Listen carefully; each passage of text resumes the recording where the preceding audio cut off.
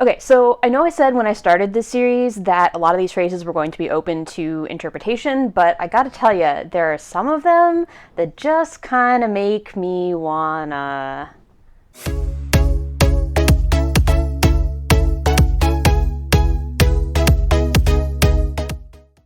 Hi there, my name is Katie Morgan. I am an indie fantasy author and fiction editor, and welcome to Stupid Phrases, the series where I talk about the stupid things I keep hearing in the creative community that I really wish people would stop saying. Just a reminder that these words are dumb, not necessarily the people using them. The whole point of this series is really just to talk about the words themselves and the definitions and how we might be using them in ways that are not actually helpful to our creative journeys. As I mentioned in the intro, generally I think these phrases are kind of open for debate, I guess, in terms of how bad they actually are. But this one is kind of unilaterally awful, and that phrase is brutal honesty. Now, as someone who is both a writer and an editor, this one really hits close to home, and I do mean hit because, ow. So as always, let's start with the dictionary definition of the words involved. The word brutal is an adjective, which means a couple of different things. Could be cruel and cold-blooded, harsh or severe, very bad or unpleasant, or grossly ruthless and unfeeling. One of the other sort of variations on this definition that I think is really interesting is unpleasantly accurate and incisive. The example here being brutal truth. So it's accurate, which is good, but it's unpleasant, which implies that the emphasis is on the facts and not necessarily on giving a crap about who is going to be hearing the facts. That'll be important later. And for the second word involved, honesty is a noun, which means adherence to the facts. Pretty self-explanatory. So let's talk about why this phrase is total crap. I can basically see two reasons why you might be using it.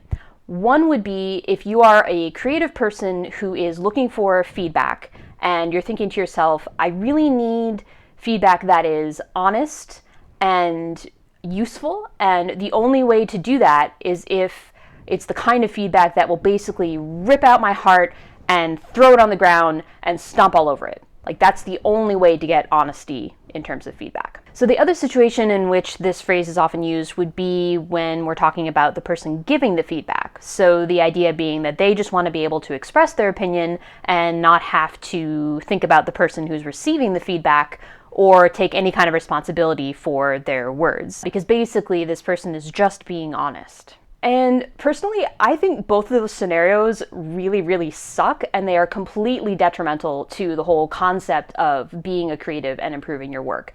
When you have created something and you have gotten to the point where you're ready to share it, that is an incredibly brave and hard and heroic thing to do. So it really shows a dedication to your craft, this desire to get better at what you do. And not everyone has that level of commitment, and also not everyone is really willing to be that vulnerable. If you're already in this situation where you are creating something and sharing it with the world and, being willing to show that kind of bravery, why would you want to add to it this level of cruelty and fear and just people being total jerks? Like, why is that sort of the level that we think of in terms of what honest feedback is? So, as I mentioned before, I'm a fiction editor, and when I am working with a client's work, I have one sort of really, really main philosophy that I always keep in mind, which is this. I am here to be a partner to the author. I am here to work with the author. I am here to help them improve their work and gain confidence. When I am done working with an author, my ultimate goal is that they will come out of that process excited to get back to work. If someone is working with me and comes away miserable and they want to give up writing forever and ever, probably that means that I did something wrong. I am not here to be brutal. I am here to be honest, but I'm not here to be brutal. I'm not here to stop people from creating. I'm here to facilitate that creation.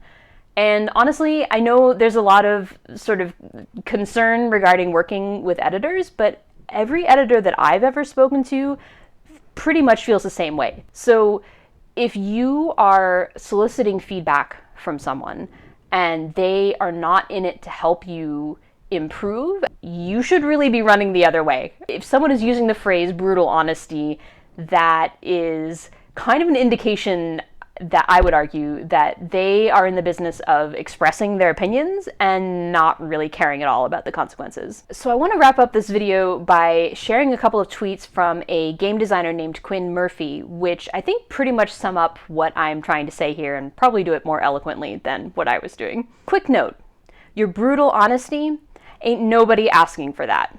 Where's your clever honesty, your compassionate honesty, your insightful honesty? Uplifting, poetic, empowering.